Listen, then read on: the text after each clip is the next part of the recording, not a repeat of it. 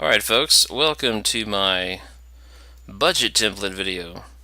So we're basically going to try to walk through this by using the Excel. So this is the same example that we may have done in class. It's kind of in the same format as your budget project. So we have a tab with all of the different budget templates, and then we have a tab with all of the information that we're basically going to pull all this information into the various templates to populate them, right? Okay, so the first budget, as we discussed, was the sales budget.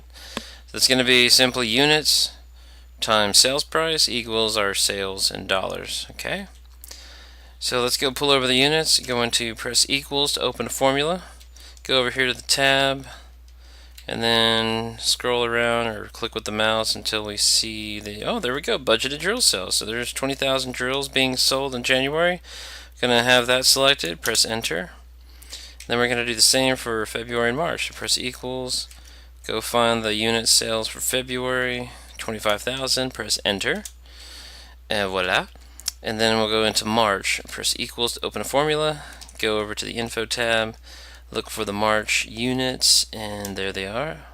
Press enter. Then we can go ahead and get the total for the quarter on that line, so press equals, sum for summation, and then open parentheses, and then highlight the cells in that row, and there they are. Okay, cool. Then we're going to go in and pull our unit sales price. So if you press equals, you'll find the sales price here, selling price per drill of $100. Press enter, and there it is. Okay, another thing we can do is we can go ahead and add some dollar signs. So this is a simple command to put a fixed position on that cell so that if you drag it to the other cells, it'll keep that fixed position. Otherwise, it's going to drag to the cells relative, like so the cells to the left of that $100 that we saw in the other tab. So the way we keep it in fixed position is we put dollar signs in front of the cell references, so the C and the 39 over here, so that's what cell in that other tab. Put dollar signs in front of each of those, and that'll keep it in fixed position that we can drag it. So I'm going to click this little handle here, and I'm going to drag that across, and there you go. So another way you could do that real simple is you basically just press F4. I can't do it right now because if I press F4, it's going to tell the camera recorder that I want to stop recording, and it's kind of locked into that and I can't change it. So sorry, but you can do that on your own so you don't have to manually type dollar symbols. It'll automatically insert them if you use the F4 key. Okay, then we get the units times sales price by pressing equals, highlight the units, put an asterisk, highlight the sales price, and there are dollar sales, and we can go ahead and drag that all the way across with the little crosshair here, and there we go. That whole row, that budget is done. It is done and done. Okay, and so now we got to put in our budgeted collection. So it says here in the data tab that 50% of our sales are for cash and 50% are for credit. So we're going to go ahead and capture that. So press equals and then select the 2 million in sales in dollars, and then go over to the info tab and look for information about collections. And sure enough, as sure as I live, we have a credit sales percentage and a cash percentage. So I'll go ahead and multiply 2 million by the amount we collect in cash. Okay, and then before I press enter, I'm going to just go ahead and press plus, and let's see, what the hell did I just do? You know what? I'm going to start all over because I feel good. Alright, so let's try it one time. Equals, and then get the 2 million, and then we're going to multiply that with an asterisk, and then go over to the tab and look for the cash sales percentage. And then we're going to press plus because we didn't only collect the cash sales there. Okay, so that's basically saying the sales of 2 million times the percentage of cash we collected, but we also collected a percentage in of the credit. So we're going to go ahead and add the 2 million. So I have the plus. I'm going to select the 2 million again, and then I'm going to multiply that 2 million by the credit percentage. So go back to the, this is a long formula. So I've got the credit percentage in there now, and then I'm going to multiply that, so add another asterisk. I'm going to multiply that by the amount that we're going to collect in the current month. So multiply it by 40%, and that's going to give us total collections for January, oh baby, from the current month sales. And then we collect nothing from prior month because we don't have any prior month. We just started. We're just a brand new business. Okay, so then we add those two together. So just equals plus, and then plus the one below it. And I can go ahead and drag that all the way across. I can drag that all the way across because that is what we do. Alright, so there's nothing there. Oh, that's interesting. Well, that's because we gotta go in there and do some similar formulas. So what are we gonna do here? We, I believe, are going to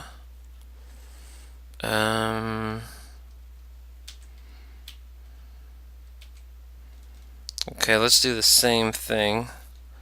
Let's select the $2.5 million in sales, and then put an asterisk, go in and highlight the percentage of cash collected. You know what, I'm going to go ahead, just to save time for the next month, I'm going to make that a fixed position, so that 50%, going to put dollar symbols in front of the cell reference up in the formula bar. So you see up there I put dollar symbols in front of each. And then we'll go ahead and add the credit collection portion for that month. So press plus, go back to the worksheet, select that same month, and then multiply, and then go back to this info thingamajiggy, get the credit sales percentage, and then I'm going to put dollar symbols in front of that in the formula bar. So dollar symbols in front of the C, dollar symbol in front of the 42. And then we're going to add another asterisk and select the 40%, put dollar signs, put dollar signs up in the formula bar. So I'm going to click up there, and voila. That's the collections in February for the sales in February. And then I believe we'll be able to go ahead and copy that and paste it into the very next cell, and it'll do the same thing. And then we can sum all the way across. Oh, yes. Ooh, baby. Alright, there we go. And so there's no prior month. So we got a prior month of February. So in February, we collected that remaining 60% on credit from January. So what we can do two different ways. We can do the sales of January minus collections from January. So that might be easy. However, if we want to do it proper, we can equals select the prior month sales and do an asterisk, and then multiply that by the percentage of credit sales. I'm going to put some dollar symbols in front of here because I like dollar symbols. So dollar sign in front of the C and the 42, add an asterisk at the end, click on the 40%, or no, 60%, I'm sorry, and then put a little dollar symbols in front of those so I can just copy and paste that into the next cell. Alright, so I'm going to drag that over, and then I'm going to sum across, so equals sum, open parentheses, and oh yes, there you go. So we've collected a total of $6,250,000. Alright, now we can go ahead, you see at the very bottom here, we have ourselves what you call a budgeted balance sheet. Oh yeah, I know you love budgeted balance sheets. Assets equals liabilities plus owner's equity, so all the way here at the bottom. And you'll notice that one of the items in that budgeted balance sheet is accounts receivable. Well, we can go ahead and get that because we have total sales on account for the period, and we have total collections. So we can press equals, and then we can go all the way to the top, and we can select total sales for the period, and then subtract total collections for the period, and it'll be beautiful. And there's no write-off, so we don't have to worry about bad debt expense or anything like that. So just, that minus that, and press equals, and there is our ending account receivable, the first piece of the balance sheet. Oh, yes. Okay. Now we move on to step 2. Alright, production budget. So first thing we can do is we can pull the unit sales, because that's where it starts, estimated units sold. Press equals, and then go all the way to the top where they've got our unit sales. Pull that down, and we can just go ahead and drag across because that's relative position, so we're going to keep the same relative position for the cells all next to it. So we just drag all the way across, and there, and it's pulled all the respective cells above. Okay, and that might make sense, it might not make sense, but hopefully it does. Okay, and this one they kind of made us go backwards. So remember, this author, he kind of makes us go backwards. So what he said is scheduled production. He gave us these ending numbers here. So normally we'd be rolling this to calculate these numbers. However, whatever, he wants us to go backwards, we'll do it. On your project and on your exam questions, you're most likely not going to have to do that. But we'll just humor him, and it'll put hair on your chest. It'll be good for you. So let's go ahead and pull over the schedule production. So press equals. And then let's go to the data page. And it tells us somewhere in here, it says that we've got budgeted production of 25,000 units for January, and then it's going to increase 2,500 per month for the next 3 months after that. Okay, so 27.5 and 30,000, 32.5. So that's going to be a lot of fun. So first we're going to pull the 25,000, and then we'll just increase it. So I selected the 25,000. I did plus, and pull that 2,500 there. So then we get 27.5, and then I can pull that one, plus, and then go pull the same 2,500. You notice I'm not hard coding. That's the habit we're trying to get away from. We're trying to not hard code whenever we can just pull the number that's already there, pull data that's already there, okay? Right, then we should be able to sum across on that bottom line. Okay, there you go. Oh, yes. So that's our scheduled production. Then we've got to go and fill it in. So it says that there is 0 beginning finished goods, there is 0 beginning raw materials. So we're going to go ahead and just pull that beginning finished goods number, so equals, and then and I think beginning finished goods is 0. If you want, so you can just leave it blank, but just whatever you do, don't type in a 0, by God. Okay, and then we know that this number here, the ending finished goods, is going to be the sum of this one plus the ending minus the beginning. Okay, so beginning plus produced, or whatever moved to finished goods, and then subtract our estimated sales.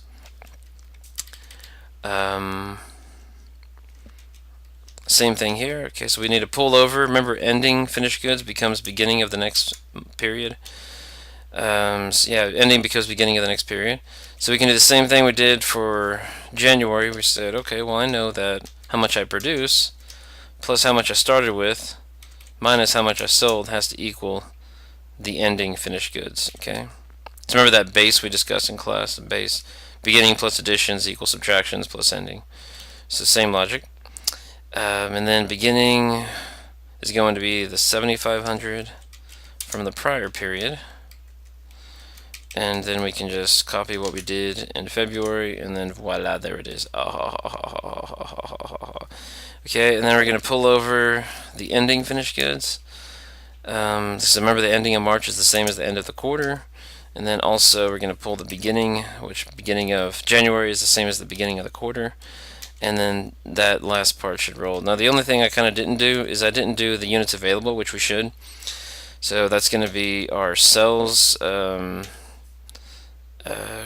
Units available. Sales plus ending should be what we have available for that month. Alright, and we just drag that across, and that should be fine. Okay, cool. Alrighty. I just had to check something real quick. Okay. Alright, we seem to be doing alright. Now, direct materials. So remember that was kind of the busy one. The one you're doing for your project is a little busier than this one. This one you don't have to true up because it's pretty much a unit of raw material for every unit produced, so that it's abbreviated. If you need help with the one you have to do in your project, just let me know in class and we'll go over it. Okay? Alright, so we're going to pull down the scheduled production numbers. So press equals, and then let's go up and pull scheduled production from the production budget. And then we can go ahead and drag that all the way across. Oh, yes, there it is. Okay. And then target ending, it says that target ending is going to be 25% of the following month's production. So we're going to press equals. And then select following month's production. Asterisk, and then we're going to look for 25% raw material ending over here in the data, and there it is. Oh, yes, okay. And the same thing should happen for February. Oh shoot. Okay, so I got to go in there. I got to put some dollar symbols on here so I can be able to copy and paste. So I got on the formula bar. I put dollar symbols in front of the C and the 27 from the other tab. Okay, now I can just copy that formula over, Control C, Control V. And I cannot do that for March, however, because March is pulling from April. We don't have April on here. So we should have it in the data, something about April. Well, we know that April is going to be March plus 2,500 over here, so the increase for those 3 months. Alright, and we've got to isolate that. We've got to put parentheses, because remember it's going to follow Sally. So remember, please excuse my dear Aunt Sally. It's going to do what's in parentheses first, and then it's going to do it's going to do, what is it called? Excuse, parentheses, excuse my dear Aunt Sally. Something about multiplication or something like that. Yeah, so multiplication is going to come before addition, so we need to isolate the addition from the multiplication. So I put parentheses above that around that summation there, and open parentheses and close. Then I'm going to put an asterisk, and then we're going to multiply that by the 25% we see here. I know y'all think I'm nuts. Okay, so the ending of March becomes the ending for the quarter. And it says that beginning inventory for the quarter was 0. Beginning raw materials inventory, that is. Boom. Okay. And then we'll go ahead and get our raw materials needed and drag that all the way across. Yes. And now we're going to pull the ending from the prior period to become beginning of this period and drag that across. And then beginning of January becomes the beginning of the quarter. And so subtracting those two, subtract needed or beginning from needed, and then we can drag that across. Make it beautiful. Okay.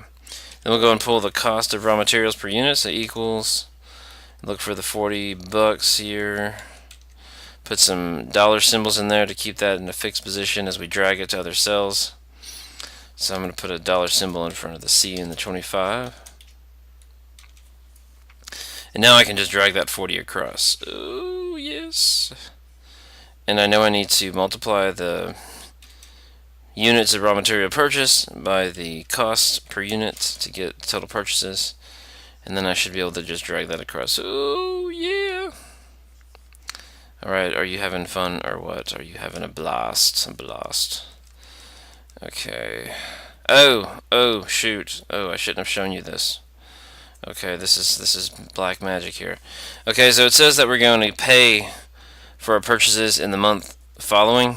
Okay, so we won't have purchased anything prior to January, so the payments start in February. So we're going to just get the amount of the purchase from the previous month, and that's how much we'll pay for that month. And then we can just drag that, and then we can do a sum in the total for the quarter equals sum, open parentheses, highlight the whole row, and that's our total payments for raw materials purchases for the quarter.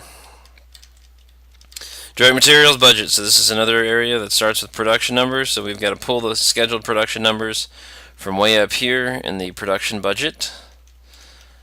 So there it is. I'm going to pull these numbers here. Yes. Okay. Oh shoot, what did I just do? I think I'm on drugs or something.